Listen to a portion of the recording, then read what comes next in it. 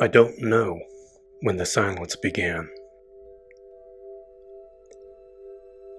only that, over time, it grew louder than the world around me.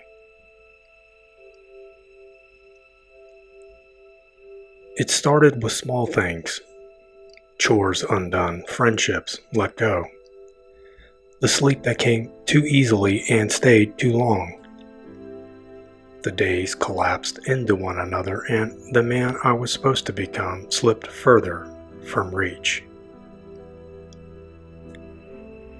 I told myself I was fine, that I needed time, that it was just the season, just the stress, just the world being what it was. But that wasn't true. What I felt wasn't weariness, it was absence, not of comfort, but of command and belonging. No voice to answer to, no law to rise for, no hand on my shoulder telling me to stand up. I was drifting, half alive, half waiting. For what? I didn't know. So I walked. One night, with no clear reason, I put on my boots and stepped into the wind. The sky was heavy with snow and smoke. The kind of night that swallows even memory. I didn't know where I was going, only that something inside me had grown too quiet to ignore. And sometimes, when the silence gets that deep, the only answer is to move your feet. I walked away from the lights, past fences and stones, past the line where homes give way to wilderness. The trees stood like sentinels, and the snow made no sound beneath me. It was then that I heard it. A rhythm beneath the wind. Not footsteps. Hooves.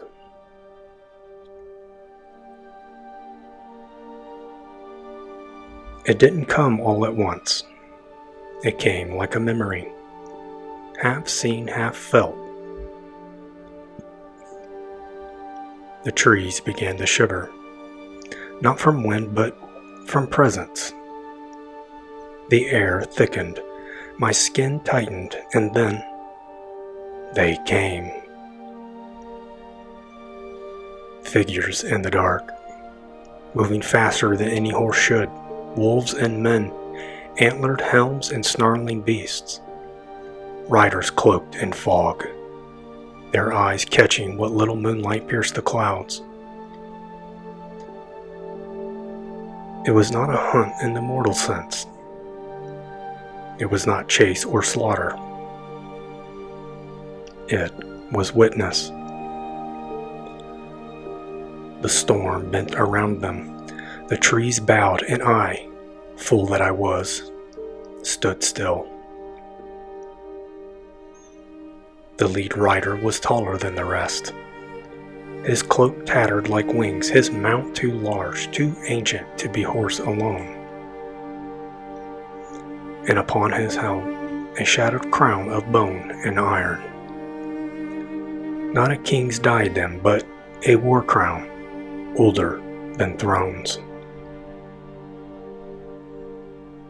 He was not young, nor was he dead. He was waiting.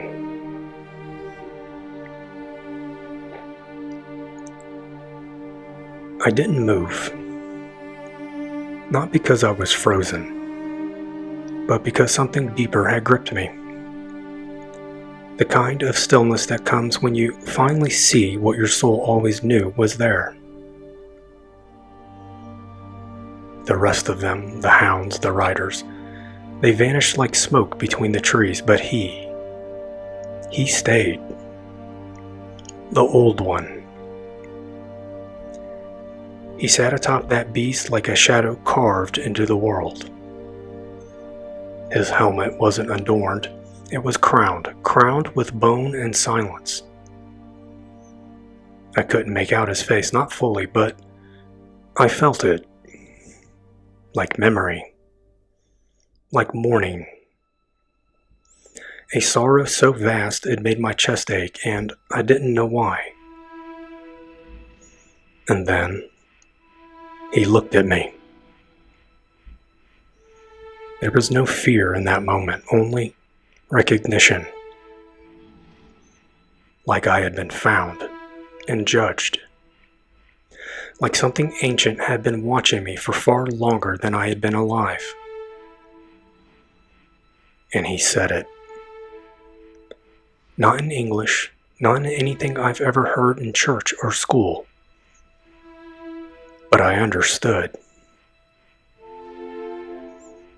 Qui mai sunus mains. Come home, my son. That was it. No sermon, no threat. Just those few words, spoken like an oath he had waited 1,000 years to keep. And then he turned, slowly, as if giving me time, as if I still had a choice. I watched the hunt vanish into the trees, the last echo of hooves fading into the earth. I was alone again. But it wasn't the same silence. Something had been lit inside me, not comfort, not hope, something heavier. Like a forge fire catching beneath old iron. I wasn't saved, I wasn't healed. I had been claimed. And I knew, whatever that old god was, whatever grief he bore, he had looked at me and seen the shadow of someone he once loved. And in that moment, I knew what I was meant to become.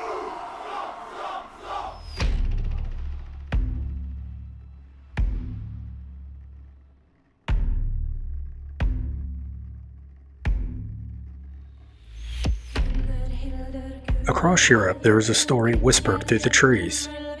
A procession of riders tearing through the storm. Their cloaks ripple like smoke. Their hooves never touch the ground. They come in winter, at night, when the wind howls and the world holds its breath. The names differ, and you'll have to excuse my pronunciation, but in Germany, Die Wilde Jagd. In Scandinavia, Oskelray. In France, Mesny de Heliquin. In Britain, Hairless Hunt or the Furious Host. But the elements remain the same. A ghostly warband, the sound of horns, a supernatural leader at the front. Sometimes they are chasing prey, sometimes they are seeking the lost. Always, they are a sign, an omen. Not just of death, but of judgment, of memory, of something greater than the world permits. The wild hunt is not just a tale. It is a pattern, a cry from the bones of a forgotten age. In the Christian world, the myth was rewritten. The hunt becomes hellish, the riders became cursed souls, the leader a devil, a damned baron, or some nameless warlord who defied the church.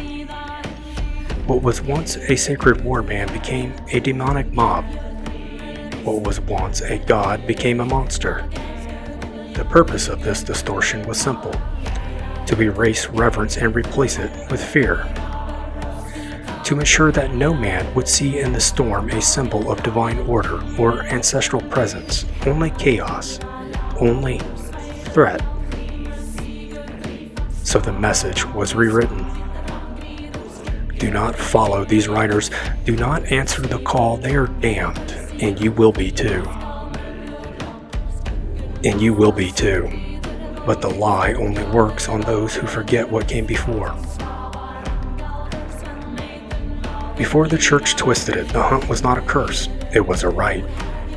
A procession of the dead, yes, but not damned. They were the honored fallen, ancestral warriors, chosen spirits, the spectral host of the tribe. They rode not in torment but in vigil. They guarded the border between worlds. They tested the living. They invited the brave to join their ranks. The leader was no demon. He was Odin, the Allfather. He rode with the dead because they were still his sons. He crossed the worlds because he still bore the responsibility to watch over his people, even in their forgetting. The wild hunt was a message. There is still a king in the forest. There is still law in the dark. And for those who are willing, there is still a path home. After the Christian conquest of Europe, Odin disappeared from the temples, but not from the woods. The myths could not fully erase him, so they twisted him instead. He was no longer the sovereign Skyfather. He became a shadow. He became the rider. The man on the black horse, the one they warned you about. But beneath the fear, the truth remained. He was never hunting to destroy. He was searching, watching for one of us. For one who still remembers the way. The wild hunt is not an attack. It is a test, a call. And to those who hear it do not die, they awaken. The modern mind recoils at storm, struggle, and judgment. Masculine archetypes, kings, warriors, lawgivers have been demonized. And in their place, something else has risen. The devouring mother. She who shelters not to strengthen but to weaken. She who demands obedience through comfort. She who teaches that danger is evil and discipline is oppression. In that world, of course, the wild hunt must be feared. Because it is the opposite of everything modern man is taught to worship. It does not coddle. It does not flatter. It summons. It tests. It remembers. And so, they say it is evil because it demands something from us, something real. But not all men are blind. Some feel the pull when the wind rises. Some feel the ancient ache in their chests when the sky splits and the trees shudder. Some still dream of horses and horns and the fire and the frost. These are the ones the hunt rides for. The sacred warband is not gone. It has been waiting. Not as nostalgia, but as continuity. Not as escapism, but as return. The youth in the story, the one who met the rider, is not mad. He is not hallucinating. He is being remembered, summoned. And now, he must choose to follow or to forget. The wild hunt is real. Perhaps not in the way we once believed, but real in function, real in spirit, real in consequence. It is the myth that guards the threshold, the reminder that we are not rootless, that our gods have not abandoned us, we abandoned them. But they are still riding, still calling. And if you feel the stir, that cold certainty that you are being watched, not with hatred, but with something sorrow, then you are not imagining it. You are being offered something. Not safety, not comfort, but continuity. Odin still rides, not to conquer, but to see who remembers, not to destroy, but to awaken the broken sons of Europa.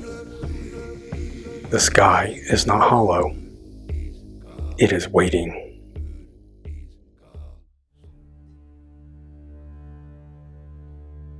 The story of the wild hunt has been told 1,000 ways.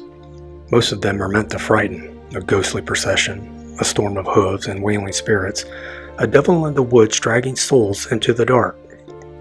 That's the version most people know, especially after the rise of Christianity.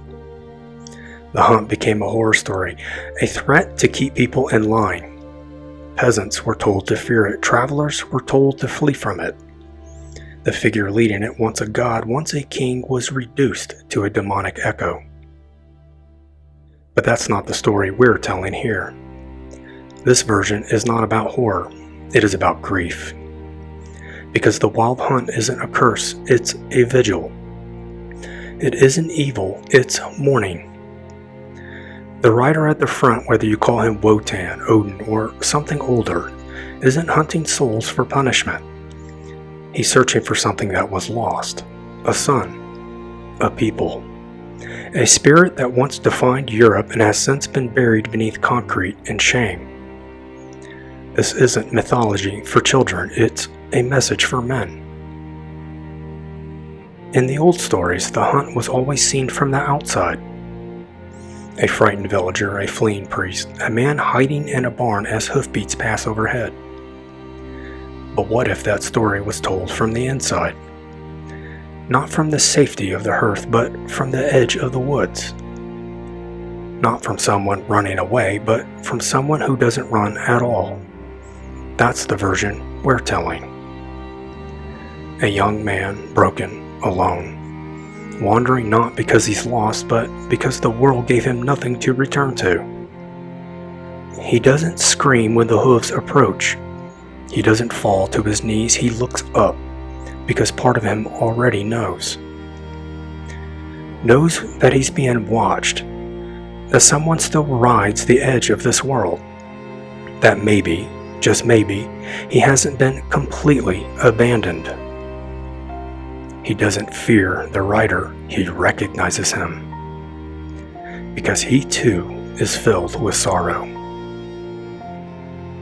In Christianized folklore, Odin becomes something monstrous: a devil, a warlock, a ghost king condemned to ride with the dead. But in this story, we restore him to what he truly was: a father, a judge, a presence too vast to vanish completely. He's not hunting the living. He's guarding the memory of what they used to be. He rides not out of rage, but out of grief.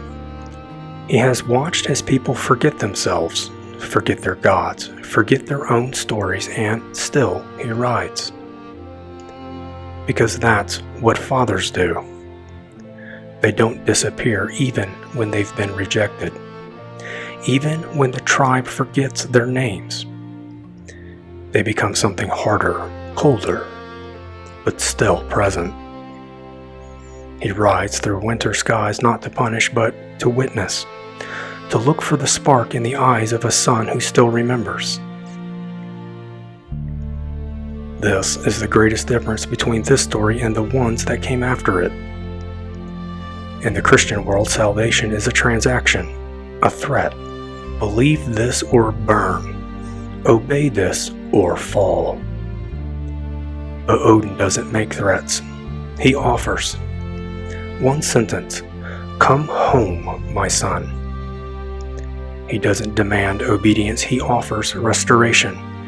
Not to comfort, but to burden. To remember what was lost, to carry it forward. What he offers is legacy, not safety, not certainty, but meaning. In the end, this isn't a ghost story, it's a message. To the broken sons of Europa, you are not wrong to feel lost, you are not weak to feel sorrow. Because your sorrow comes from something true. That the stories that should have raised you were buried. That the fathers who should have led you were mocked. That the gods who once watched over your people were renamed and demonized. And yet, the rider still rides. Not because he enjoys the hunt, but because he refuses to forget. Because someone has to remember what it means to be a man, to lead, to carry the weight, to restore what was stolen. The wild hunt does not come for the wicked, it comes for the willing.